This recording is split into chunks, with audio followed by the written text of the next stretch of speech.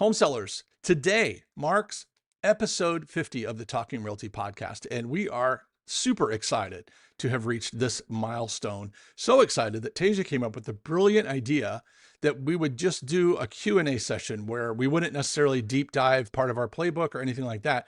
We would just take some of the questions, the real ones that we get nearly every day, or at least every week, from our home sellers across Ohio. And she also thought it'd be fun for all of us to jump in the studio so that you could hear from other perspectives besides just mine. One quick thing, these are my kids. I mean, this is a family business, but you're going to see very quickly, these are full-grown professional adults. I am super proud to have these two on my team, and frankly, don't know where I'd be without them. Justin joined us in 2019, at first just part-time, and very, very quickly that ramped into full-time when he started to help us reshape how we did things around here. And he then shortly got his license right after that and has never looked back, as far as I know. If he has, he hasn't told me. In 2020 or 2021, during COVID, we had the opportunity to hire Taysia. And also in the beginning, it wasn't quite what it is now. We had her doing some other project work, but very slowly we persuaded her to get her license and then jump into the core business. And she's been fantastic. Right now, she's handling marketing full-time for us. And that has also been a huge win. But along the way, these two have picked up a ridiculous amount of experience. You got to imagine these two have seen more business just in their short years. Well, it's not just short years, but in their several years in the business than most realtors see in an entire career. So they know what they're talking about. You're going to see that for yourself very, very shortly. So let's jump into it.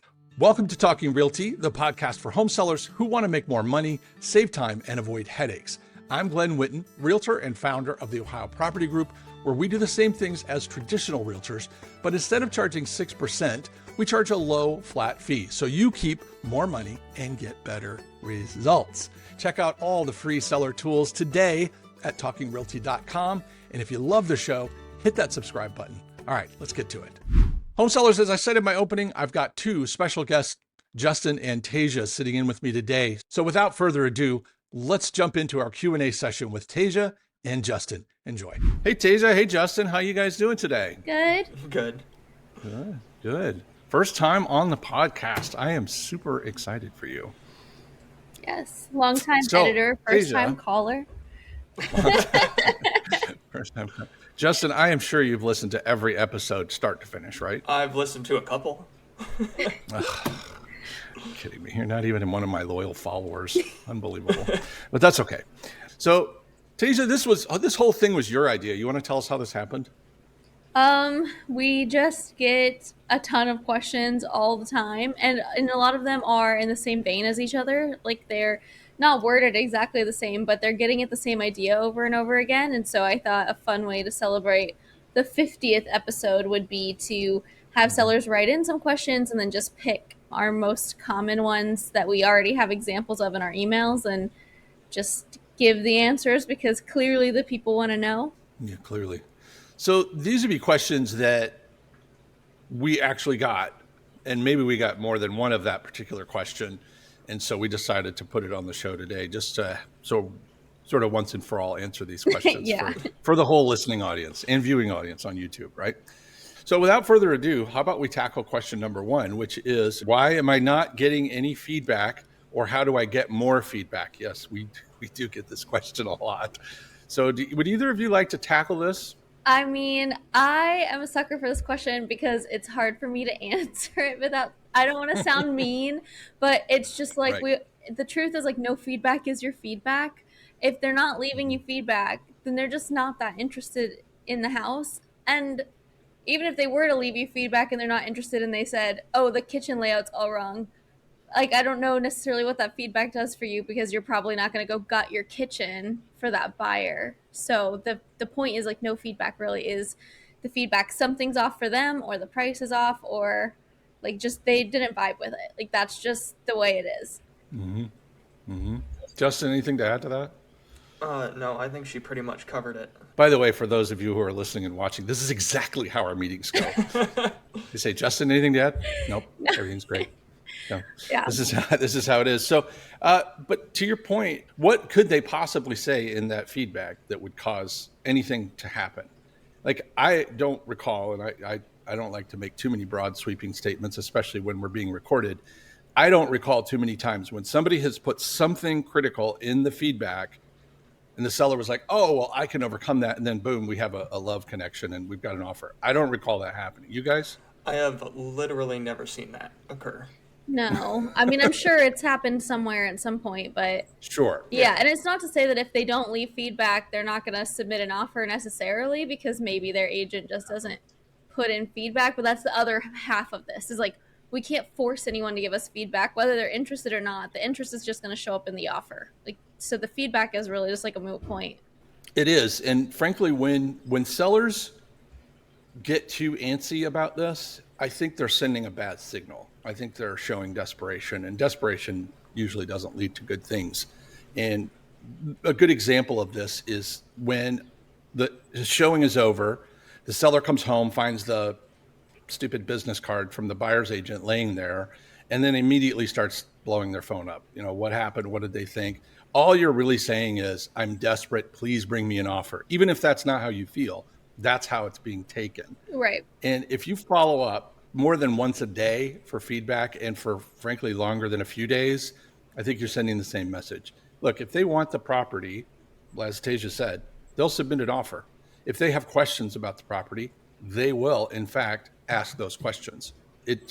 People are not shy. My dad always said, no offer is enough feedback for me. So, and I don't think he was wrong, which is why I don't get too excited. But we do have a lot of sellers who are annoyed by this. And honestly, being an old guy, when I first started back in 2000, I can tell you that my broker's opinion of me not giving feedback was not very good. So if he got word from someone, another listing agent, that I wasn't giving feedback in a timely fashion, I was read the riot act in the office in front of God and everybody. So I learned early that when I showed a house, you sent the feedback that day or the next day. I don't care how you get it to them, but get it to them. Well, that was 25 years ago. So the times, they are a change. Well, yeah, and it was pre-COVID market, which exacerbated the showing. Like, no agent had time to leave feedback at the point of 2020 and 2021, when the market was just like insane anyways. So now I feel like it just fell out of practice, because again, like, what is the point of it? There isn't any. Can I go pet peeve for a second here? Is that okay with you guys? Yeah. You care? Okay, good. You know what really hacks me off is when the agent does send feedback and it says offer coming, and then no offer ever shows up. Yeah. Because now, for some reason, the sellers think that like we're hiding out with their offer somewhere or whatever. If I had a nickel for every time an agent said they were about to submit an offer and then didn't, I'd probably be living in the Caribbean right now. Yeah. Anyhow. I don't know. I think also they forget that their buyers can change their mind, because like that might be the first of 3 houses that they're showing that day, and the buyer's like, we're definitely submitting an offer, let's just go see those other 2, and then they fall in love with the third one. The agent forgets about house number 1, but the seller doesn't forget about that feedback. And I understand why sellers love it, because it feels like a window into the brain of the buyer, but it's not. It's mostly all false platitudes anyways. So if they do say something like glowing, because they could glow about your house all they want, but if they don't submit an offer, it still is like, does it matter? You guys remember that one we had a while back, and I think I even talked about it on the podcast, where the seller went forever with no feedback, quite a few showings, and then somebody finally said something about the roof. You guys remember this? Yeah. And then he went out and spent 40 grand on the roof. Yep. So that would be my other cautionary tale. Just because they said so, there was actually nothing wrong with the roof. I was stunned that he was going this route. Yes. And I don't know if I told you guys, I just talked to another seller maybe a week ago that has been with us a very long time. And he finally got some feedback that said that the carpet and paint were dated in the bedrooms. He didn't adjust his price. He ran out and repainted and recarpeted the bedrooms. So sellers, be really, really careful how much you read into that. That agent could just be spouting something just to get the feedback off their desk. You don't know. I guess if you hear it over and over and over, something you can actually fix for less than $5,000, then okay, fine. I would rather see you just lower your price and let's up the activity. A common theme with Glen. Okay, well, have we covered that? We good? I think so. Okay, so our next question is, based on the lack of inquiries and my conversation with a realtor friend, I believe I'm being boxed out by realtors because I'm a FSBO. or for sale by owner. So disappointing. I'm hoping these open houses get people in the door regardless of their agent's opinions. Glenn, I know you're just burning, so go. Nope. Take this one. I'm gonna hang back. Regular listeners have heard me go on and on and on about this one. But Justin, what's your take? Do you think that is this first of all, have you seen this before? Oh, well, yeah, of course. It's a pretty regular question for any seller that's been on the market for more than a week usually. Yeah. But the reality is we live in a time of the internet. So buyers and buyers agents have a different relationship now than they did even 10 years ago, where buyers are really the ones who are finding properties and sending them to the agent, and the agent is setting up the showings. So if a buyer wants to see your property, they're going to. That's just how it is. So what if I'm their agent and I'm like, no, you don't want to see that one. It's not listed with the right company, or it's for sale by owner, or it's with some alternative company. Do you think as a buyer in 2025 that would fly? What would happen? Oh, absolutely not. I'm actually in the process of my own home search now, and even if I did have an agent and I wanted to see a house, I'm gonna go see it, and I don't think that agent's gonna be working with me either. Yeah.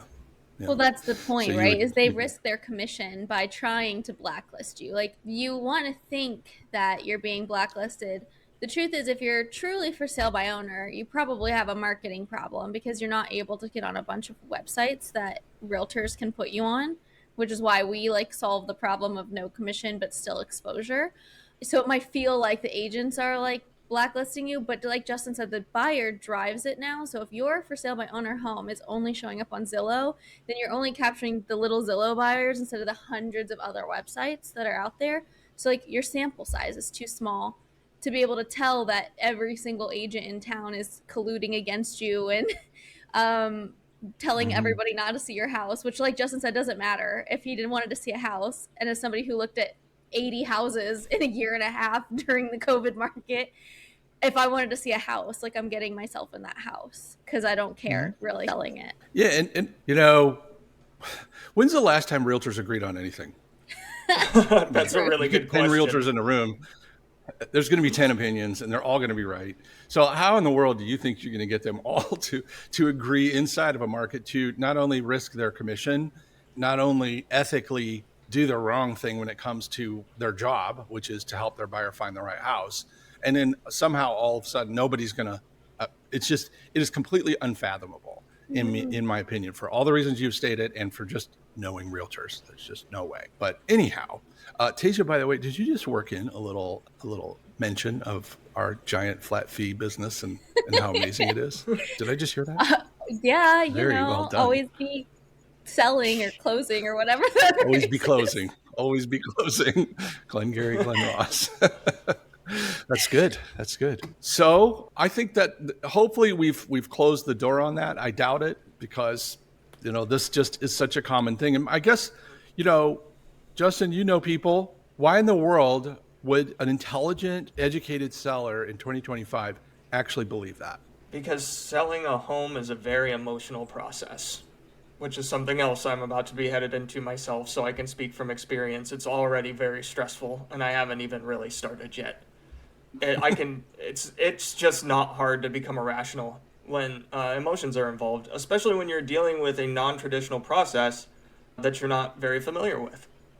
Yeah, you're not wrong about that. And any crack in the logic becomes, a major opening, especially if a realtor is pouring some gasoline on it. Because I was just about to say, we didn't even touch on realtor friend. My realtor friend is telling me I'm being boxed out, which I would just be like, if you trust them so much, why didn't you list with your realtor friend?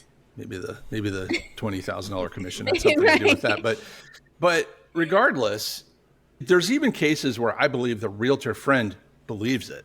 Oh yeah, and isn't necessarily slinging. I think some are slinging BS, and we've had multiple instances where our listings are out there and sellers are telling us, local realtors are stopping by saying, nobody's going to show this house. And, I go ham on it every time I hear it. But the reality is it's an old play. It's an old play in the playbook. And I don't think all of them are using it. If it truly is their friend, they really they could actually believe that this is true. which but just tells you how. And it's a funny kind of like catch-22 situation, because that realtor's saying that, believing it, but they would never do it. Like, in all of our experience, there's probably like 0.5% of realtors that would be like stuck up and crazy enough to be unethical enough to not show a house because it's for sale by owner. So it's one of those like perceived things that isn't true, because they think it, but they would never deny their buyer because they still want to try for a commission off of that. And as Justin pointed out earlier, if they do try it, there's a very good chance that buyer's just going to go right around them. Either go straight to the seller or go to a different agent. So it's a risky venture all along. And, you know, if you are crazy enough, I don't know if you said crazy enough, but if you are crazy enough to try it, it is more than likely going to backfire on you as an agent. There also is the benefit of when you're listed with us that you're not really FSBO anymore. You're not a for sale by owner. You appear as represented by a real estate agent. So if agents can't really tell the difference as much, there's one checkbox in all of the MLSs that decide whether you're limited service or not, which is what we do here. So they have a much harder time distinguishing that on front-facing websites. Which is, at least based on the traffic we see, which is what most realtors are using. Yeah. Because there's stuff in the MLS that is clearly spelled out, and yet we get text messages, phone calls, and emails from realtors all day asking those questions, which means they didn't check the MLS. They're just going, the buyer probably saw it on Realtor.com or Zillow or Homes.com or something and was like, hey, agent, go find out blah, blah, blah about this property. Yeah, so you will find more often than not that people will take the path of least resistance. And that's one of them. Yeah. Yeah, so then the big question is, how do they know? How would they even know if you were in a limited service? The only way they're going to know is if there is an actual for sale by owner sign in your yard. That's going to be it. All right, well, I think we've dutifully answered that particular question. Who's up next? It is me. The next question that we have is, should I switch agents since it's not selling? I mean, that's your prerogative, but I don't think it's going to fix anything, because like we were literally just saying, the buyer doesn't care what sign is in the yard. The buyer probably hasn't even noticed what brokerage represents the seller. They saw a house on Realtor.com that fit their descriptions, or on Homes.com or wherever, and they want to just go see it. Not selling, I think, very rarely has anything to do with your agent, and again comes back to like, how is your marketing? What does your price look like? Yeah, it's not like the agent is somehow keeping people away. I can actually speak as a buyer's agent here, because I was the person that helped show you those 80 homes during COVID, and not once did you ask me, who represents this seller? That's true. What brokerage is on that sign? It was never a question you asked. I got asked about bedroom, bathroom count, square footage. Most of that you knew already anyway, but what you really wanted was property disclosures out of the MLS, some documents you couldn't get access to, and a showing setup. That was generally it. But what if the new agent in town says they have a secret list of buyers? Glenn, take us away. This is your favorite. Are you just pushing my buttons today? So bit. Yeah, the secret buyer pool. Oh yeah. So yeah, are they in a cave? Do they just not have? They're not. They can't be local, because otherwise they would have driven by and seen the house. And they must not have the internet. And you got another problem. Let's say they do have the internet and they're local and they know about your property, and somehow the agent convinced them not to go look at it. Well, that means they had to tell them something to make them not want to go look at it, which is, all of this is highly improbable, but let's just say for funsies that it's all true. And somehow the agent convinced their secret buyer pool not to go look at your house. Then you list it with them.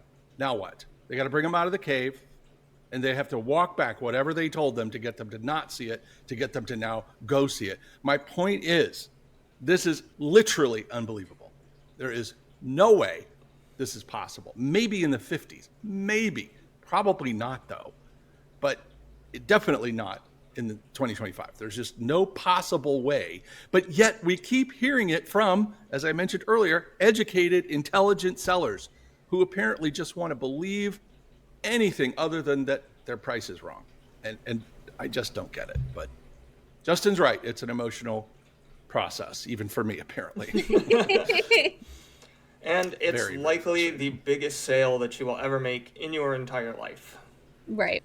Mm-hmm. So, Taysia, if you've got this pool of secret buyers, what's the antidote? How do you combat that? If you're the seller, because we know it's still happening, because it friggin' not a week goes by that I don't hear about the secret buyers. What do we say as a seller?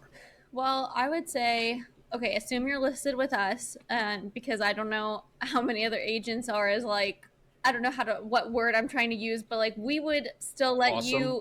awesome. We would let you Thank you.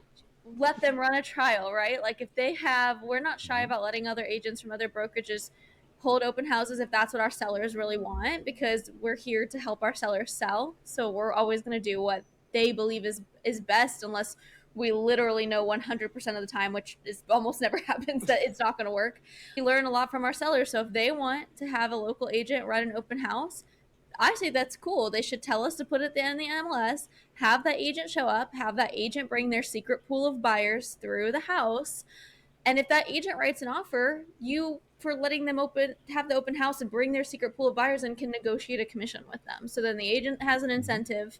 You didn't have to switch agents. So especially if you're listed with us, you're still not paying 6% at least. And if the agent doesn't want to host the open house like that, then the question is, do they really have a secret pool of buyers? Because if they're getting paid either way, why does it matter if they represent you? Or is what is actually happening, they're trying to instill fear in you and worry and doubt about your home sale so that they can nab your listing, eventually make you drop the price, and then you're also going to pay a ton of money in commission, which we have unfortunately seen happen.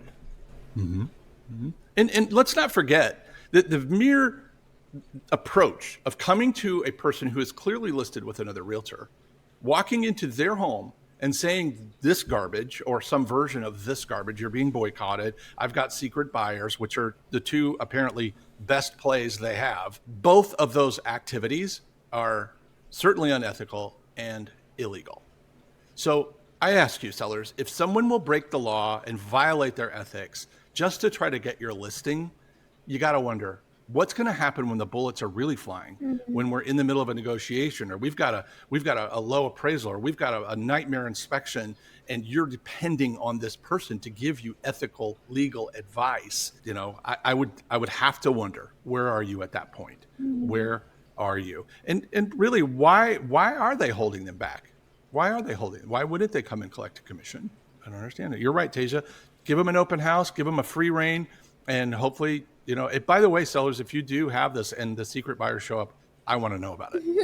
In fact, I'd like to go there and interview everybody and find out, where have you been hiding? How did you not know about this house? Why have they been hiding? Why?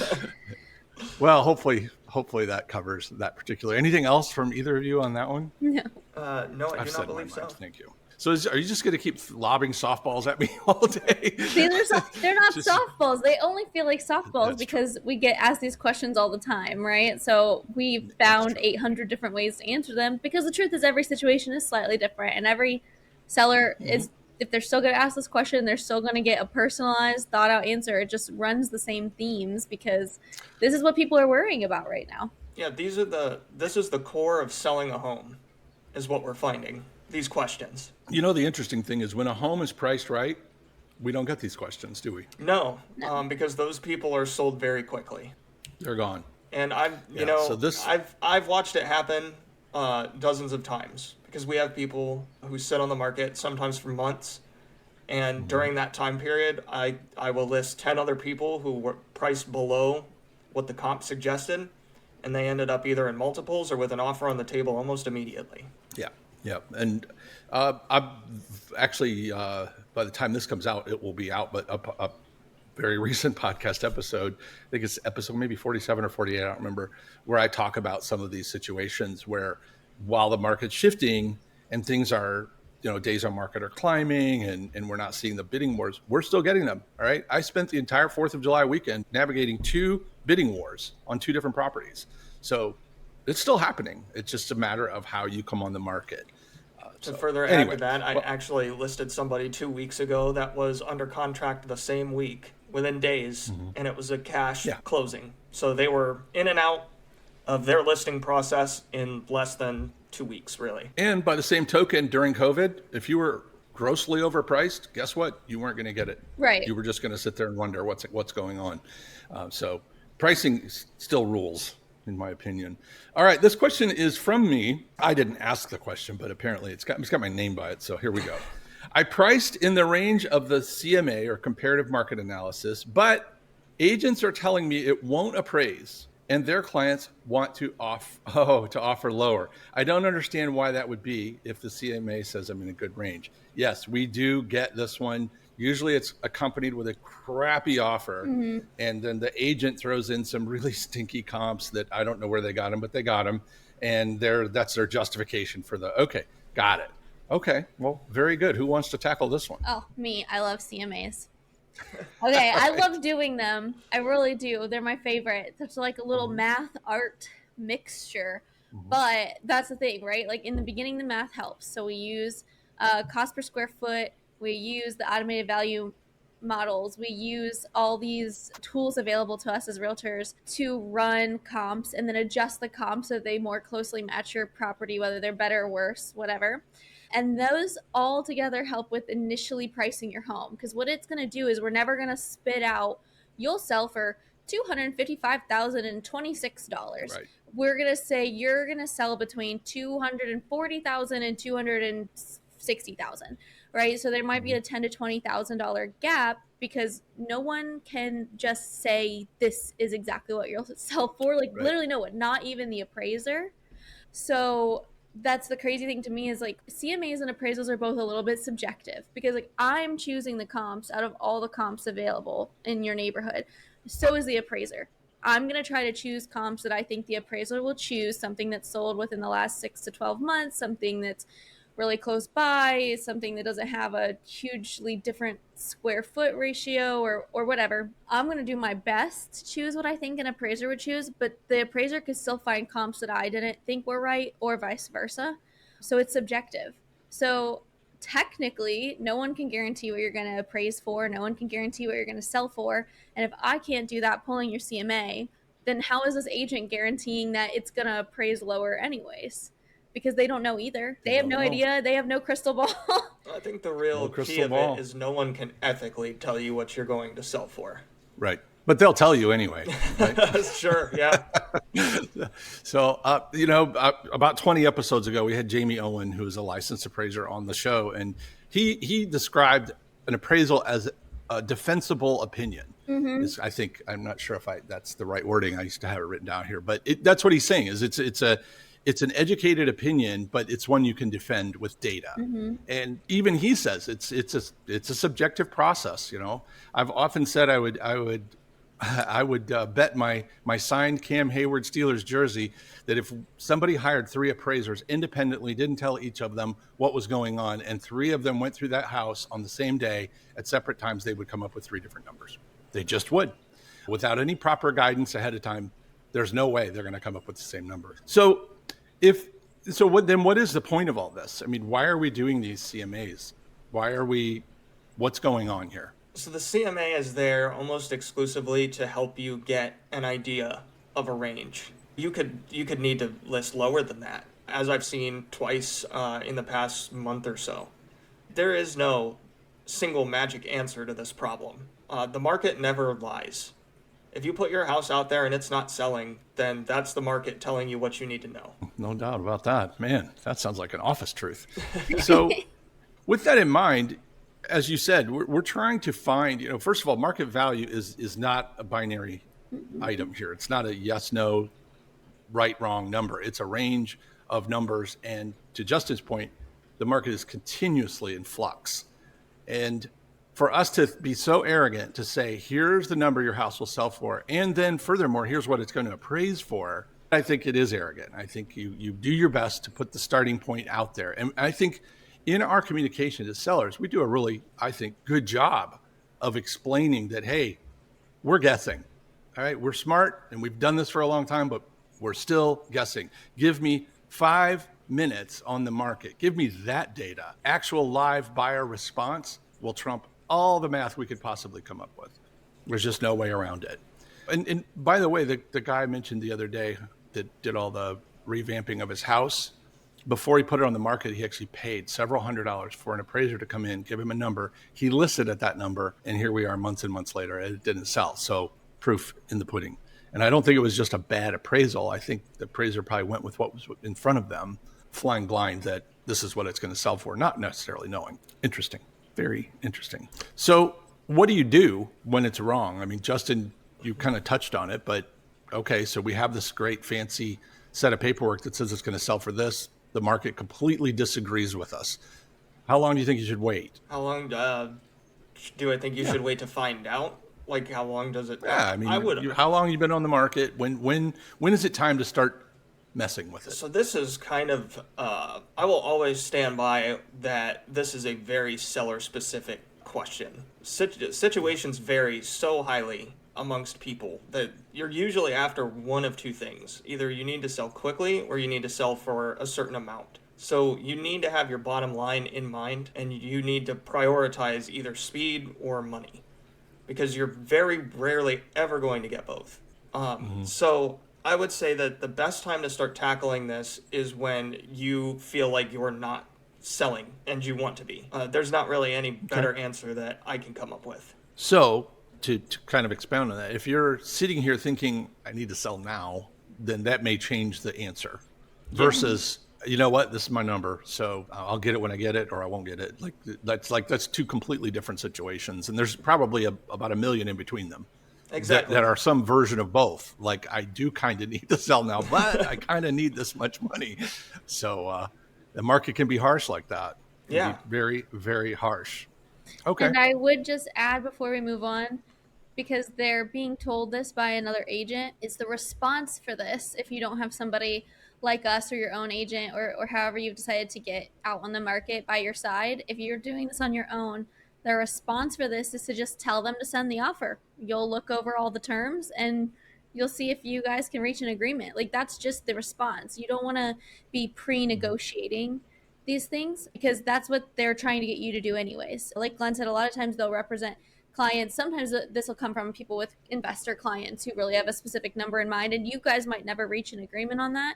So if it's going to be really, really low, they might shoot the number over by text and you can just say, no, we're nowhere near each other. Thanks for trying. But if they're being kind of cagey about it or not coming forward with the price, just tell them to send over the offer. You'll review all the terms and see what you can make work, because offer in hand is better than nothing. Yeah, and you'll almost never lose sending out a counteroffer. You have very little to lose by countering. Even if something comes in $30,000-$40,000 under list, you still aren't going to lose anything by sending back a piece of paper that asks for more money or better terms. Right. Yeah, you all they can say is no. Okay. All right. So moving on. Okay, so on What do the you got for subject of appraisals still, another question we get a lot, whether they've under contract or they've just listed, is what if the appraisal comes in low? Do I have to take that? Do I have to take what the appraiser says is my property value? Well, if you get a bad appraisal, you don't have to take it. It's not like you just have to roll over and lower your price. That's what everybody wants. Yeah. But that's not that's not what it is. That's I don't the fastest way to move forward. It certainly is the fastest way to move forward. So if the number is livable, because sometimes the appraisal comes back and it's maybe only off by a few $1,000s, and that does happen. And in that case, it might be, if closing on time is more important to you because you've got a bunch of domino closings going on, fine. That might be the most efficient way to move it forward.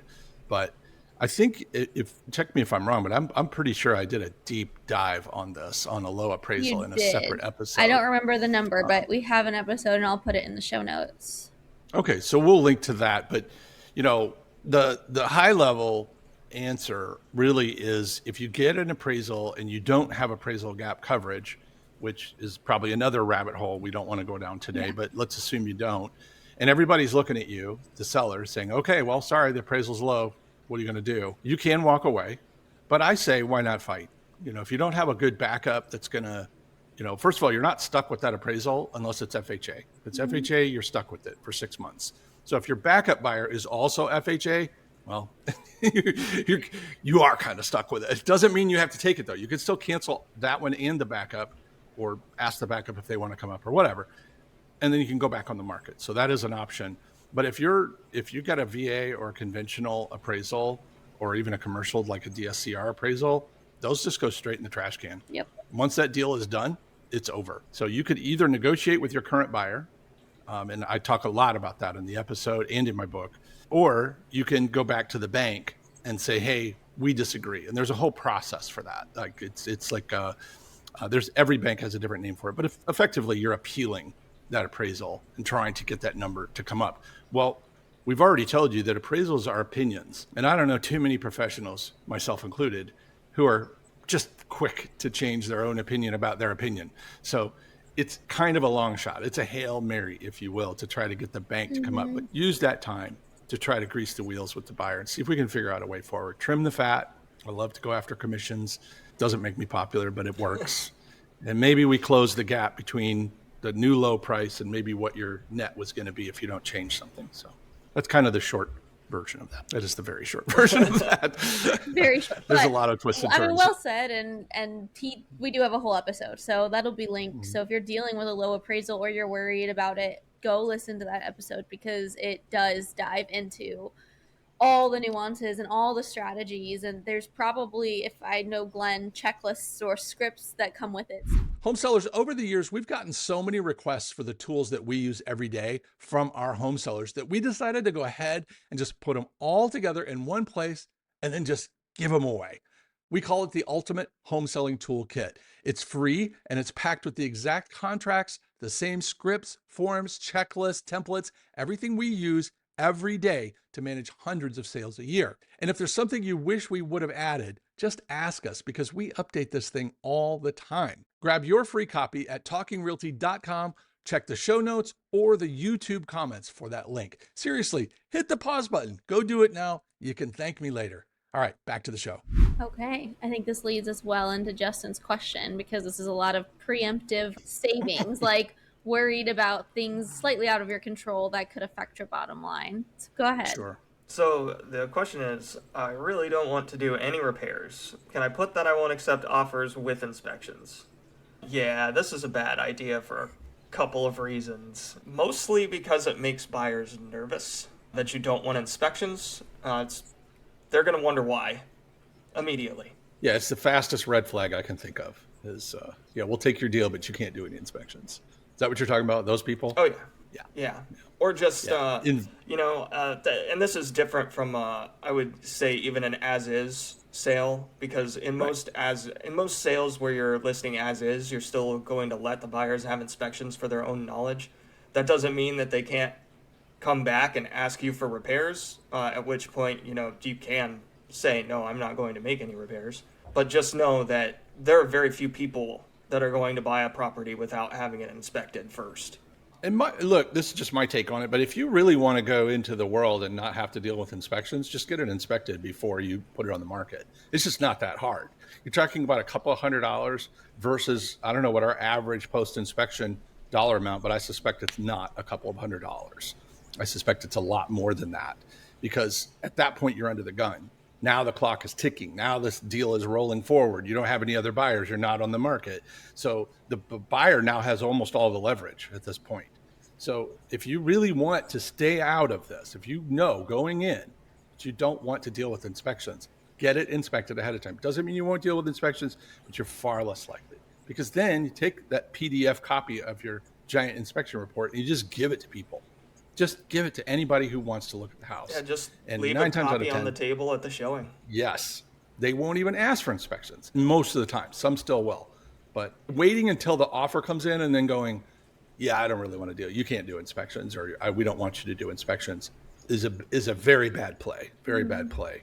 Wasn't there, there it is. The lawsuit just happened or the law change, actually. I don't think it was a lawsuit. Probably were some lawsuits, but I know that during COVID, a lot of buyers were being told by listing agents and sellers, if you want to win the bidding war, you need to waive your inspections. Did you guys hear that, by the way, Taysia, when you were out shopping?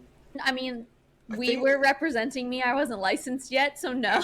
So not from you guys, but there's definitely like a general like vibe about it. Like it was generally known that if you, during the COVID market, wanted to get your offer anywhere near the seller and you weren't going to bid 30 grand over, you had to start waiving basically anything that could mess up the deal.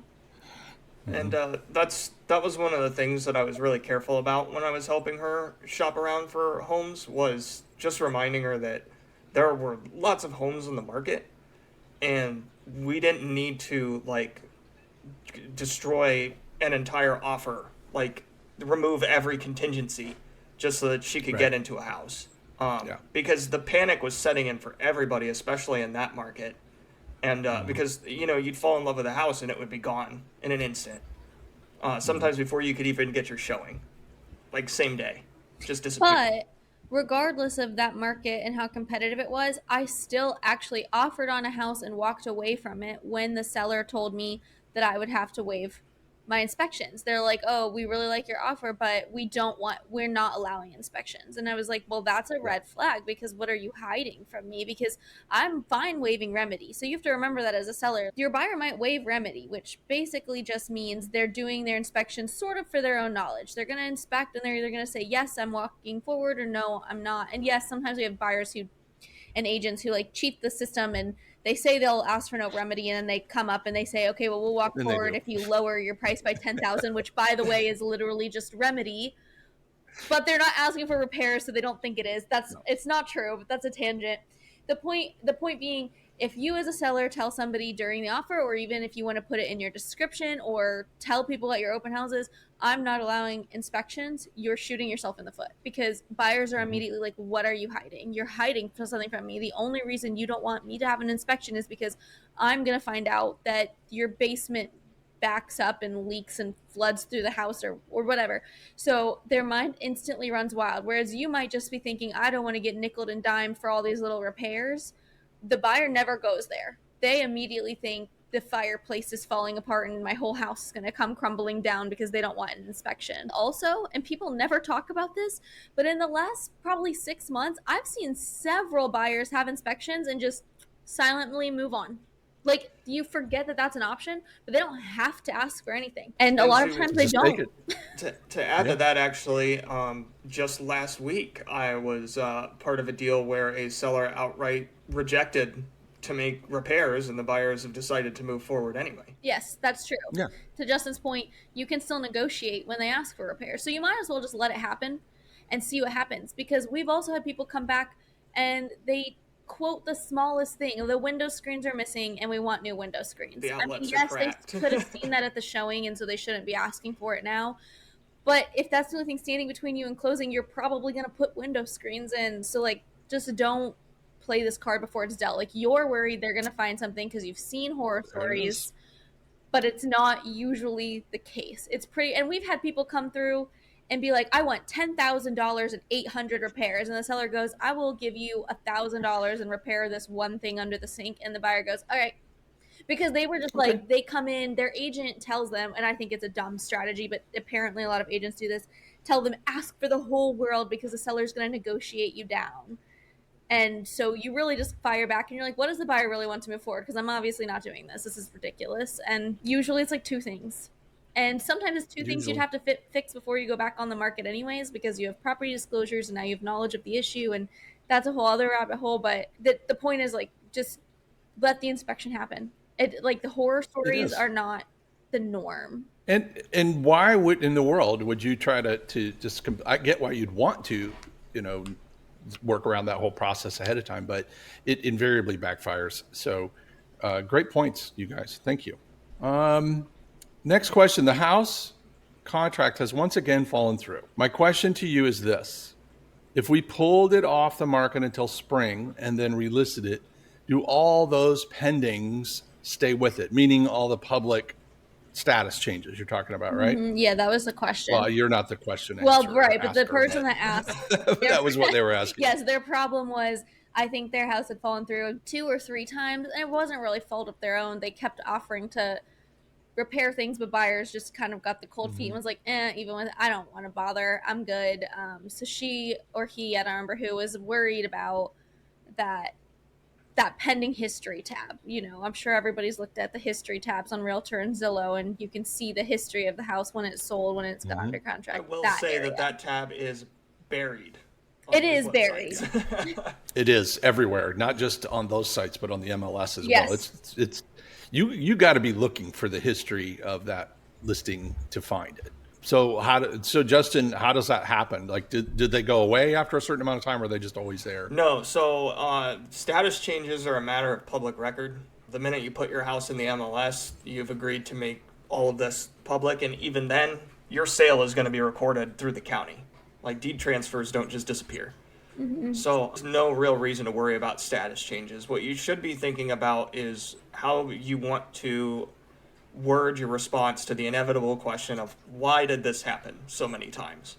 And if your answer to that question, if it gets asked, yeah, if it gets asked, but if your answer to that question is, well, the buyers wanted these series of repairs, so I made them all. Here's my property disclosures. Here's past inspection reports they gave me.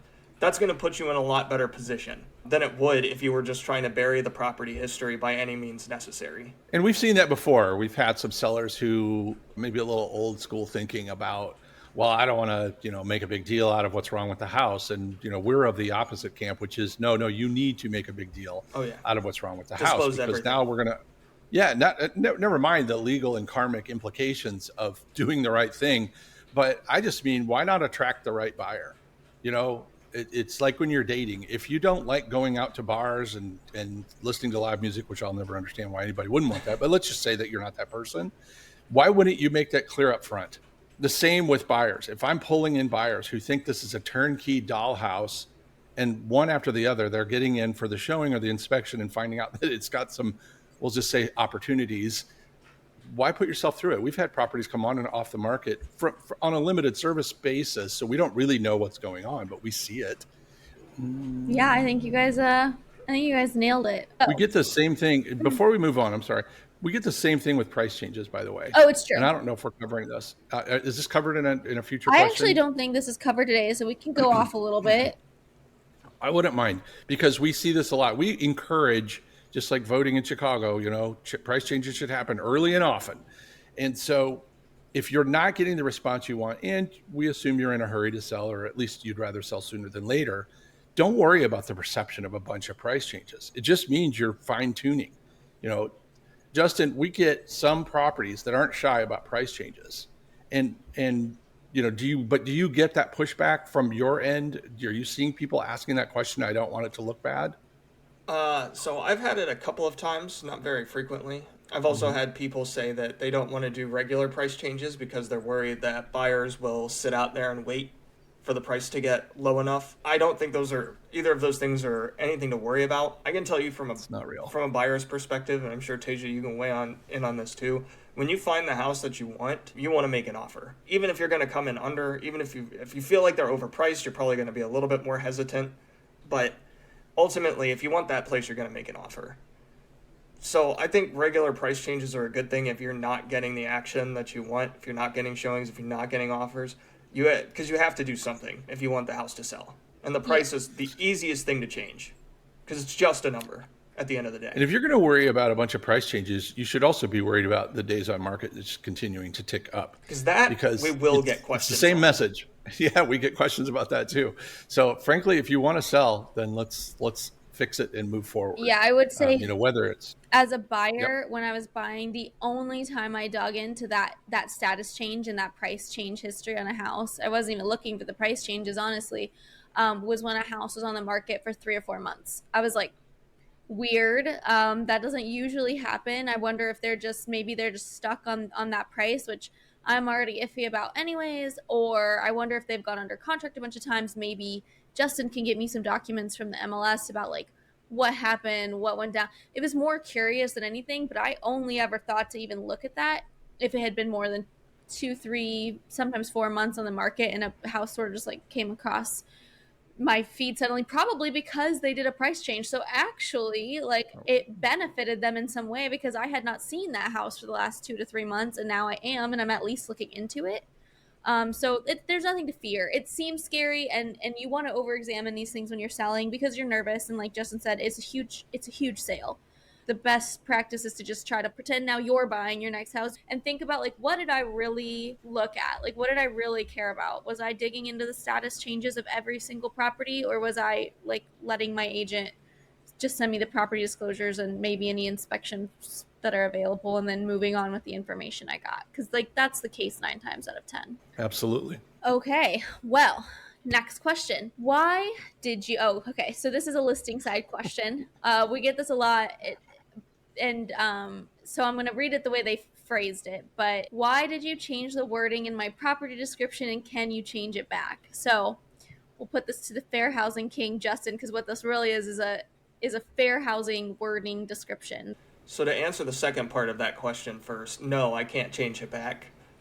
And the reason for that is an answer to the first part of this question, which is the fair housing regulations are extremely strict. There are a number of words, and it's a relatively long list, of what we can and can't say. When you're listing with an agent, we have a license to protect, and we also have to make sure that everybody can get into this house and see it. We're not trying to restrict anybody from buying a property, because it's extremely important that everybody have that opportunity. So, there are certain words. One of the biggest violations that I see of fair housing is family. I also see kids a lot. I see walking. None of those are acceptable words. Can't use them. So if I see them in your description, I'm gonna have to pull them out. Most of the time, those things aren't really relevant to the property anyway, though. Walking can always be changed to close to. Family can just be pulled out, and there's very little impact on the overall description. That's what I try to do when I look at these things. I try to minimize the impact on the description, look at what you were actually saying, and make sure that the meaning is preserved, and keep us all in compliance with federal fair housing regulations so that nobody has a bad day. So what's wrong with saying this house is great for a new family? What's wrong with that? That is known as steering. And it can be perceived by the government that you are boxing out anybody who doesn't have a family, or like you don't want single people living there, and we can't do that. Everybody has the right to buy a home in this country, and I'm a firm believer in that. I'm glad these laws exist. They should exist. And so even though this wasn't clearly is not the seller's intention is to box anybody out, it doesn't matter. Right, because it can be seen that way. And that's all that matters. And that's why the law exists. It's the same reason we can't even list, like, if you think a plus of your house, because let's just say you're a Methodist. If you're near the Methodist church, we can't include that in your description. That could be seen as steering. Yep. So we're not out to, we're just enforcing the rules. That's our job. And if we were unlicensed and had no consequences, I'd probably be a little less interested in fighting this particular battle. Justin, probably not. Justin is really into the right thing. So not that I'm not into the right thing. I was like, wow. I'm just saying that the fact is there are rules that exist. There are laws that exist. And if we violate them, even accidentally, that falls on us, not the seller. So that's why we're so strict about it is, yes, it is the right thing to do, but more directly to me and my license, we have to do it. And we have to remember that these rules came about because people were using them maliciously. They're and I would hope my optimistic side says that now most of this has disappeared in real estate, although I'm sure it has not, that people aren't using it as maliciously anymore. But there was a time when people were trying to keep their neighborhoods very the same. This is very family oriented. This is very this certain culture oriented. This is very this, and like, oh, I don't really want to sell to that person because like they're just not going to fit in with my neighbors. Well, too bad. Your neighbors don't own your house. I'm with Justin. Anybody has the right to live wherever they want, regardless of familial status, culture, ethnicity, etc. That's why these came about, because these were being used maliciously, not just by agents or sellers, but there's redlining from lenders and all kinds of stuff. So like these exist for a reason. And outside of just like these rules that may seem silly to you, if you think about it as a seller, your whole job with your description is to paint a picture of the house that makes someone want to live there. And I understand that your lived experience might be that you have family and your kids love running around the fenced-in backyard, but I have a dog, and so maybe I would love for my dog to run around the fenced-in backyard. But if you're trying to make me visualize kids and I don't have them, it's another like marketing problem. So you almost want to be specific but vague. So you want to be specific about the house's features, but not specific about what they should be used for. Yes. Yeah. So, what's the rule of thumb, Justin? Well, you describe the property. That's it. You don't describe who's going to live there or even necessarily what it's like living there. Describe the property. Yeah. Like, to Tayshia's point, large fenced-in backyard is enough. You don't need to describe large fenced-in backyard great for dogs or large fenced-in backyard great for kids. You don't need to do that. Just large fenced in backyard is going to sell somebody because somebody is going to picture themselves using that space however they want to. Like, that's the benefit to you to following these rules as a seller, even if you are for sale by owner, is the marketing aspect of it all. You're reaching a broader audience. You're letting people insert themselves into the house. It's the same reason why they tell you to take a lot of like your personality out of the house when you're staging things and your family photos and stuff like that, because the whole point of all of these marketing tactics is to let the buyer put themselves in your home. And truth number 6, more buyers equals more money. And if you're cutting off buyers, even accidentally, through your use of words that are on this list, which I think we're going to link to in the show notes, there's a fair housing list. You're only shooting yourself in the foot, just like we were with the inspections. It's not good for what you're trying to accomplish. This episode of Talking Realty is brought to you by our friends at Associates Title. This team is shaking things up by focusing on what truly matters, putting the customer first. So whether you're buying or selling, whether you're investing, for sale by owner, working with a realtor, doesn't matter. They've got your back with incredible cost savings and the latest technology to streamline the entire process. Their secure online portal keeps everyone in the loop, from buyers and sellers to lenders and agents, all while keeping your data safe and communications crystal clear. If you're getting ready to make a move, don't underestimate the importance of having a great title company in your corner. Check them out today at associatestitleinc.com or call my friend Ryan Phillips at 614-419-2418. And remember, they're not just in Ohio, they're in a bunch of states. Give them a call. Do not leave your title company choice to chance, and definitely don't let the buyer or their agent make that choice for you. All right, back to the podcast. Okay, so the wording for this one's strong, but hey, these come from real people, so that's the most important thing here. Buyer won't get off the pot. 4 showings, no offer. Should I lower my price or ignore them? I love that. First of all, I love our sellers. Me too. Because they are an unfiltered group of people by and large. And this is one of the tamer ones. Yeah.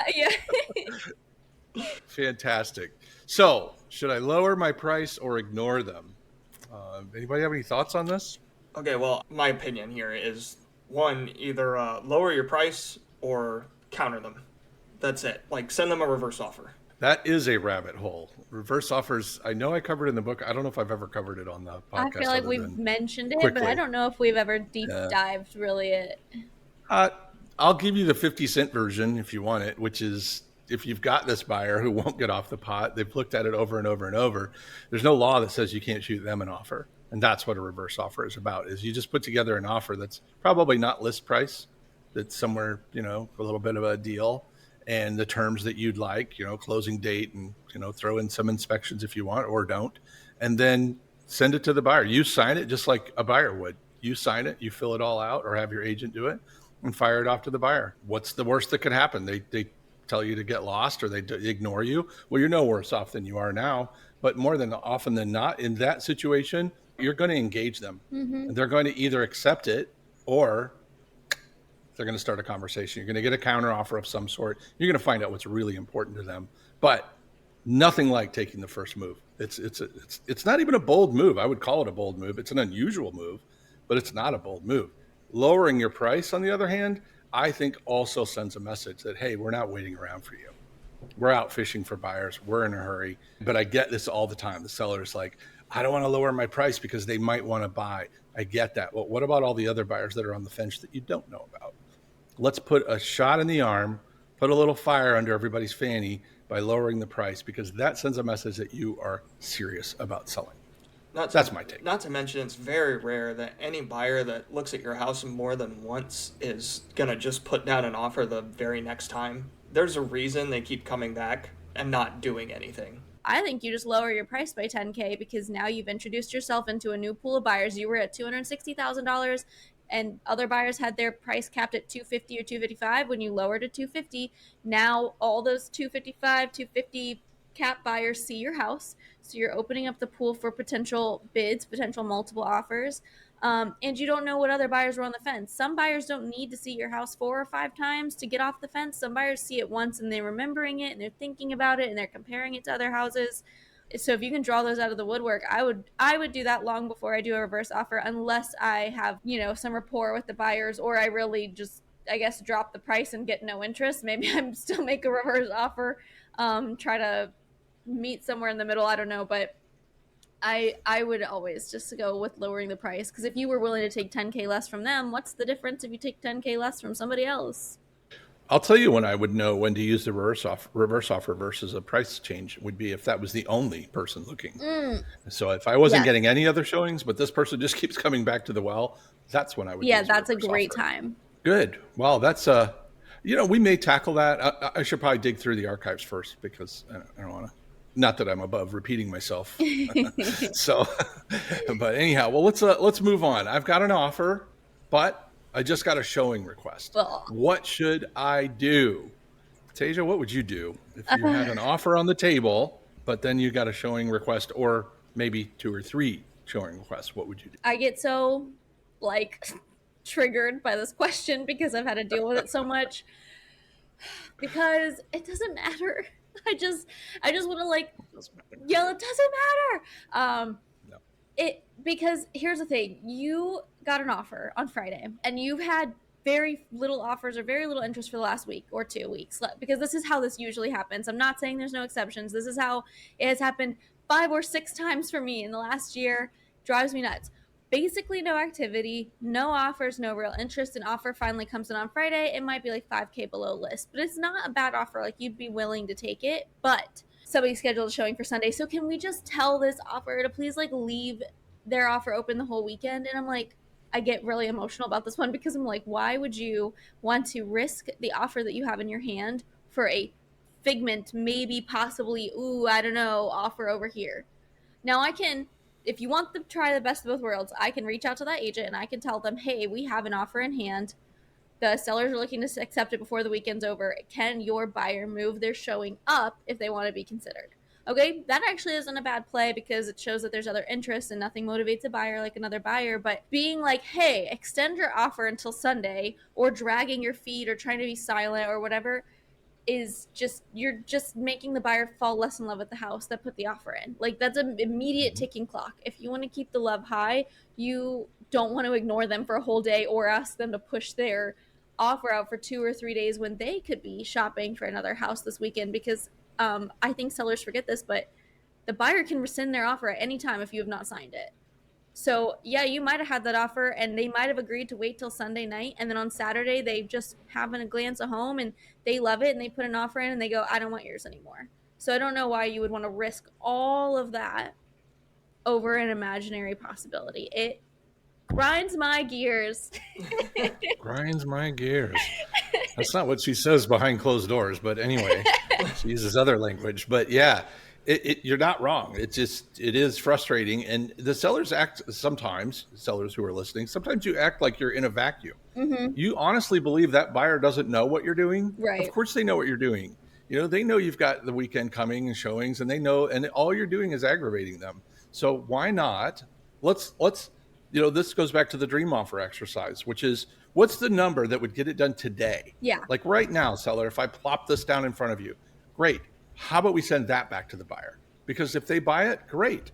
Now you win. Just be happy. You won. So fishing and fishing and fishing and continuing to fish, we've seen it over and over. Yes. Where buyers, like you said, they fade away. They're like, screw this, I'm out. Or, oh, wow, look at this house that I went to look at only because you weren't responding. So when you've got that offer on the table, let's not jack around with it. Now, if you've got multiple offers and we're talking about offer deadlines, that's a whole different kettle of fish, which we're not touching right now. But yeah, no, it's all separate. It's all separate. The dream offer is a great way to avoid this, because you have to let go of the FOMO, right? Because you're sitting there thinking, but what if this buyer offers me list price? Well, if list price is really only what's going to make you happy, you have to step back, pretend that showing didn't happen. And if list price is it, that's your dream offer, then counter the buyer who came 5K under at list price with your dream terms, like Glenn said, because you're not going to lose anything. And if anything, you might gain some stuff, maybe not on the price, maybe on possession or inspections or whatever. And something that you forget is, like, these offer negotiations don't happen usually in like 2 whole seconds. Honestly, sometimes if we get an offer Friday evening, that offer's not coming together Sunday morning anyways. So there's a chance in the back and forth that, yeah, you get another offer, and that is going to, like Glenn said, change the negotiating landscape and introduce highest and best and all that stuff. But the biggest thing is to just take a step back, pretend you don't have that showing for a second, and think, if this was my only offer, because spoiler alert, it's your only offer, Offer. would I take this? Would I be happy with this if I had no other showing scheduled? And if the answer is yes, then maybe you should just reach out to the other buyer and be like, hey, if they can get in tonight to make a decision, that's cool. If not, like, this house probably isn't going to be available. It'll either motivate them, or they'll be like, nah, they weren't that interested, they're just starting, which we get a lot. So that buyer might not have made an offer anyways, because if you're their first stop, which you have to remember is always a possibility, they're not almost ever going to put an offer in on their first home. So there's just like a lot of variables that you're risking throwing this perfectly good offer in front of you. Now, if the offer is terrible and you hate it, still counter with your dream offer, let those negotiations happen, and let your showings roll, right? Like, you don't have to cancel anything until everything's signed. Mm-hmm. Yeah, and if you get a crappy offer and you counter with a legitimate counter, odds are that next showing, especially if there's multiple, somebody's going to ask you whether or not you have an offer. And you can Guess say yes. What? Yes. And you don't have to tell them anything about that offer other than that it exists and no, you haven't signed it yet. How much time do you need, by the way? How much time do you need to get your offer together? Great leverage. I love it. Yeah, yeah, that does come up a lot. It's funny because I look at all these, and at first glance, I'm like, wait, we haven't had. Oh yeah, I just had it 2 days ago. Yeah, I did have that question. It just keeps coming up.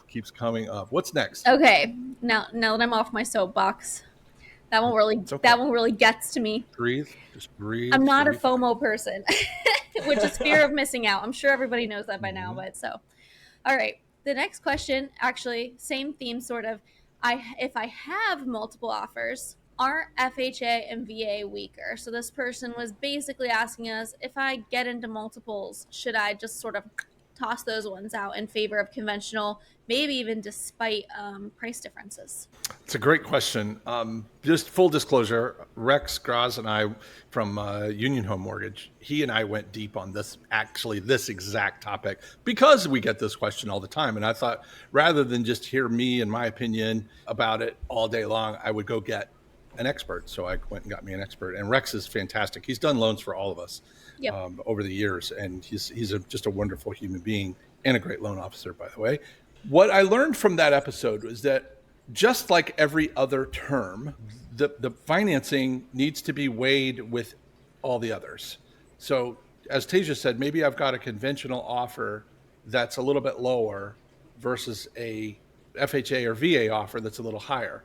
I wouldn't necessarily on that basis alone choose the lower conventional, because I'd have to look at some other things. But I don't believe personally. In fact, Rex convinced me. I used to believe for years that conventional buyers were stronger than FHA or VA buyers. And he was like, no, that's actually not true. We have buyers all the time that could go conventional, but maybe FHA is offering a better deal. Or maybe because they're VA eligible as a veteran, then they get to qualify for some cash savings or some no money down or some special rate or whatever. And he said, so we may end up with a program over here that's not conventional that offers them more buying power. They could actually bring you a better offer than they would if that same buyer went conventional. So I wouldn't rule them out at all. I would look at the entire offer. That's my 2 cents on that. I agree. I mean, who's going to go against what Rex says? Not me. Yeah. He knows the business. Not me. No, I mean, and there's lists of, like, because what sellers are really worried about is the FHA and VA extra requirements that you sometimes have to face in their appraisals. And there's lists on the internet. You can look them up about what they are, but I'll tell you in my experience, and I don't know if you ever get this question much on the listing side about how to prep for this type of stuff, Justin, but there are FHA and VA requirements, and it's usually like, okay, you have more than 3 steps, you have to have a handrail. We have literally had sellers basically nail up a 2x4, it counts. It doesn't have to be fancy, and the buyers are okay with that, because the buyers are like, yeah, we agree, this sucks as a commitment, just do whatever you can, we'll take it down or do whatever they're going to do, put up a better one when we get in. Or if you have like peeling paint, you usually have to scrape that off and repaint. Those are the 2 most common ones I see anyways. That's not to say they're all encompassed, but they're not usually world ending. I mean, there's the possibility, I'm sure, I guess, if there's a huge structural issue or something. That's going to be the case with just about any buyer.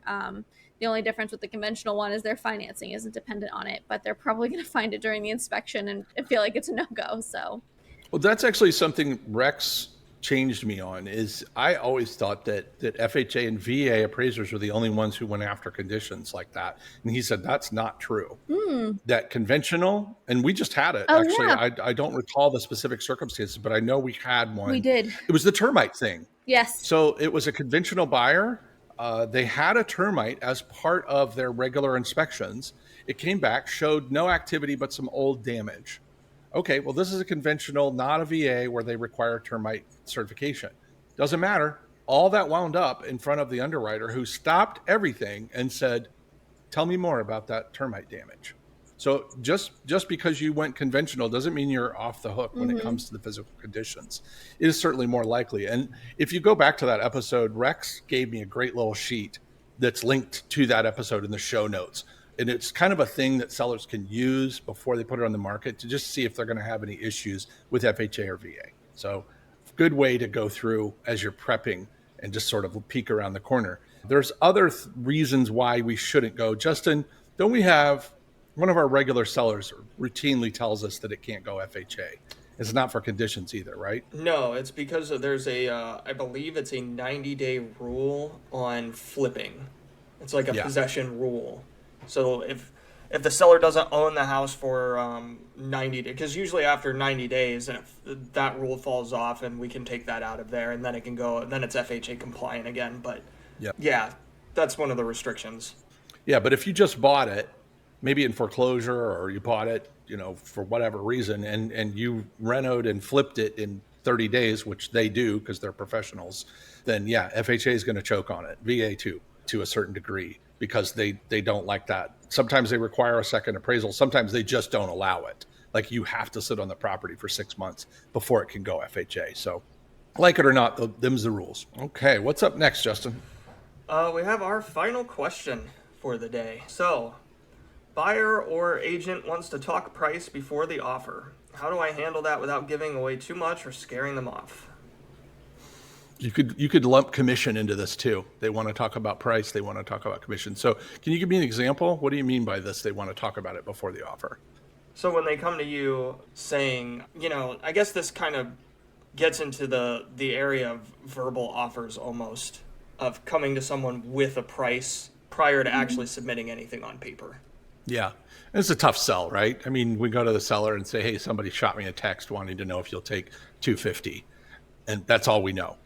Or we even get the random text like, hey, what's the seller's bottom line? Yeah. What are they looking for here? Which is not in our client's best interest to give away, so we would never say that. Yeah, I just want to reiterate that to really put like a nice button on that. We don't give that kind of information away. No. Ever. No, and in fact, we work hard to keep sellers from getting that information away. Yeah, it's like PSA, don't tell anybody your bottom line. Like, don't. Love Negotiations involve being coy a little bit and not always straightforward until stuff starts getting on paper. Like, you don't want to be like, well, I absolutely have to have $79,000. Then you're going to get an offer for $79,000, but they might have been willing to go to $85,000, and you would never have known that. When this happens to come full circle is when the sellers pick up the phone and call the number on that card that got left on the kitchen table. And they're like, hey, what did they think? Savvy buyer's agent, savvy buyer's agent is going to be like, well, they might be interested. What would you take? What do you have to have? And now you're on the spot. So this is why you should not do that. That's another reason why. It's one of the number one things that I actually tell people when they ask us, why are we always the middlemen in our higher tiered packages? And it's because we don't want you to hurt yourself in these negotiations. Right. And it's really, really easy to do. Even something very tiny could end up coming back to bite you. And truth number 3, emotions are expensive. We are emotionally insulated. Mm-hmm. So we may get aggravated with somebody on the other side, but we have nowhere near the freak show that is the emotions that the sellers are often going through. Even if you're flipping, you're still more emotional about that property than we are. Right. So our job is to have some back and forth with you privileged information, if you will, so we can come up with a game plan and not let you just spew out, oh yeah, I know we're at 250, but we got to have 225 no matter what. Okay. You're not going to get an offer $1 above that, probably much below that. That just happened, so, didn't it, recently with somebody? They ended up saying something at a showing or an inspection, I don't remember which, and it freaked the buyers out and turned into a whole ordeal overnight. A whole thing, yeah. So it happened. So yes, we don't, to get back to the original question, is we don't want to discuss price. We don't want to discuss commission. We really don't want to discuss too many things in a vacuum. So for example, possession. Hey, would the sellers be willing to move out at closing? Which is almost expected these days. But my standard answer to all of these is, yeah, I don't know. Let's put it on paper and find out. Like I'm going to put the ball back over the net and say, you do me a favor, take the 4 minutes that it takes to put the offer together, send me your proof of financing or funds, and let's do this the right way, because it's a lot easier for me to sell your offer, if you will, to a seller when it's on actual forms with real information versus a text message or a voicemail or something like that. It's hard to take a buyer seriously when that's the most effort they can seem to generate for your offer. Not to mention, I can think of a few times in the past where we have received a text like that, and then the offer came over on paper with different terms. Totally different terms. Yeah, because the buyer changed their mind while it was being written or what have you. And as a seller, if you don't have an agent, if you are selling on your own, those things. Like it's easier for us. That's why working with a flat fee company like this can be helpful, especially if you're not in Ohio. If you can find one that does services more similar to ours where they can be the middleman, it takes the emotion out of it. But also, we don't know if you're okay with 30 days possession or possession at closing or a 2-week closing or whatever. So it's a lot easier for us to be like, not sure, why don't you put it on the offer? You might struggle with that because you are the seller and you know what you're okay with. My recommendation for that, if you're put on the spot, is to just say that you're flexible depending on the terms of the entire offer. Like always just bring it back to the entire offer. So if you do get antsy and you do call that number on that card and what did they think? Oh, they really liked it, but they were only approved for 220 and you're listed at like 235. Would you be willing to take that? You could be like, I can consider it in the terms of the entire offer. If you send that over, I'll see what I can do. There's a certain amount of magic that goes on in a buyer's head too when they do stroke that offer, because maybe they weren't nearly into it, and now that it's starting to become real, either they're going to get spooked and run away, which happens, or they're going to be like, man, this is really I can start to picture myself in there, and you're off to the races. And look, I know this was the final question, but I really want to stick this in here, which is the commission question. Would your buyer, or would your seller, are you paying a 3% commission? Are you paying a 2%? What are you paying? You guys got to avoid that question. You just have to avoid. Just answer it by the same way Taysia just said, which is, you know what? Do me a favor, put it in the offer. I'll weigh it against all the other terms, and by the way, all the other offers I'm having, and we'll go from there. Because in reality, it doesn't matter what the commission is negotiated ahead of time. It's one of the great reasons why it came out of the MLS, aside from all the shenanigans. But getting it out of there is the right thing to do. It is one term of many terms in an offer. And so discussing it, other than saying that, yeah, I'd be willing to discuss it, put it in the offer. That's all you need to say. Just get it on paper, because we already know if it's a great offer, it's $50,000 over list and it's cash and there's no inspections. Oh, yeah, you'll pay 3% commission all day long for that. But if it's a terrible offer, it's never going to get to the closing table. So it's an irrelevant conversation. I just hate it. I hate all discussion of any individual term before it's on paper. Yep. When you're putting yourself in a corner too, as a seller, like really Justin mentioned, sometimes we get these verbal offers and then they totally change on paper. So the buyer has the right to change their mind. And part of that's because they didn't play all their cards, but you did. You told them exactly what you would take. And now they might even be, like Glenn said, you might even get less now because they might feel that you're a little bit desperate. Going back again, full circle to the beginning, is you're like buying a car. Everybody knows you prep to go in to talk to the car salesman and you be ready to walk away and all this. Like, this is no different. You have to employ those same negotiating skills if you really want to get top dollar for your house.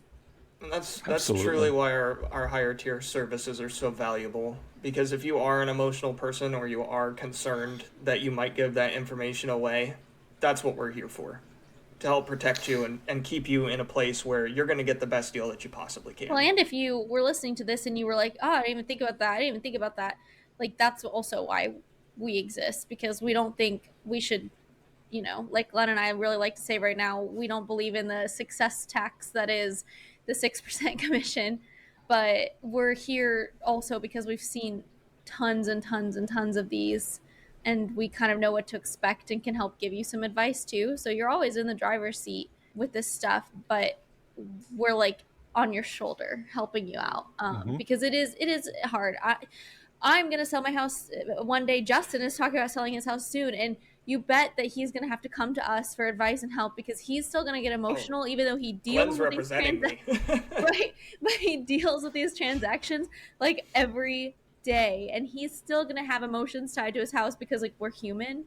So it's to be expected. And that's like the benefit of having a third party in your corner, essentially. I think that's the reasons agents should exist in the first place. I think it's just gotten distorted. I think that was the idea in the beginning. It's just, over time, as commissions inflated because home prices continued to climb and the work got easier because of, electronic communication, the internet, digital signing, like the workload decreased, the commission stayed the same. It just slowly agents had to do less and they got to make more, and there was no longer really an incentive for them to do the work that they were previously doing. Man, what crazy person have you guys been hanging around? That's all. Right, we all talking this crazy stuff here. This is nuts. They're gonna be like, these are just mini Glens. It's a cult. But the reality is, a lot of our thoughts and our ideas and our processes come from these types of conversations where we've talked to a seller and we're sharing that, because we meet every week. I mean, people don't see that outside of here. We talk almost every day, and we meet every week for 90 minutes. Give or take. And then so we have a bit of a shared brain going on here. Even though we're in 3 different locations, we swim these waters every single day together and share a lot of stories and try to come up with new techniques that work. And then we turn around and we put them out for you guys. So keep the ideas coming. Guys, look, I know we could probably do this for another 10 hours. And maybe we really do probably need to do this more often. At least that's my initial take. But super, super great having you guys in here today. So much fun. And for listeners, yes, if this is something you want to see again, please keep the questions coming. I mean, we have no shortage of questions, but it's always fun to get one that is just right dead on point, or something maybe we haven't covered very much that you're curious about. So love to hear from you. Just head to talkingrealty.com and make sure that we know what you're thinking, know what your burning questions are, or if there's tools missing, or just anything you want to say to us. But with that, Justin, Taysia, listeners, I'll let everybody get back to your day. Thank you so much for being here, you guys. Yeah, thanks you. Bye. Thanks for sticking around, folks. Hopefully you learned something or had some fun. I know I had a blast today. We had a great time recording this, and I imagine we will do something like this again. The Talking Realty podcast is brought to you by the Ohio Property Group, a family-owned company where we sell homes for a low flat fee.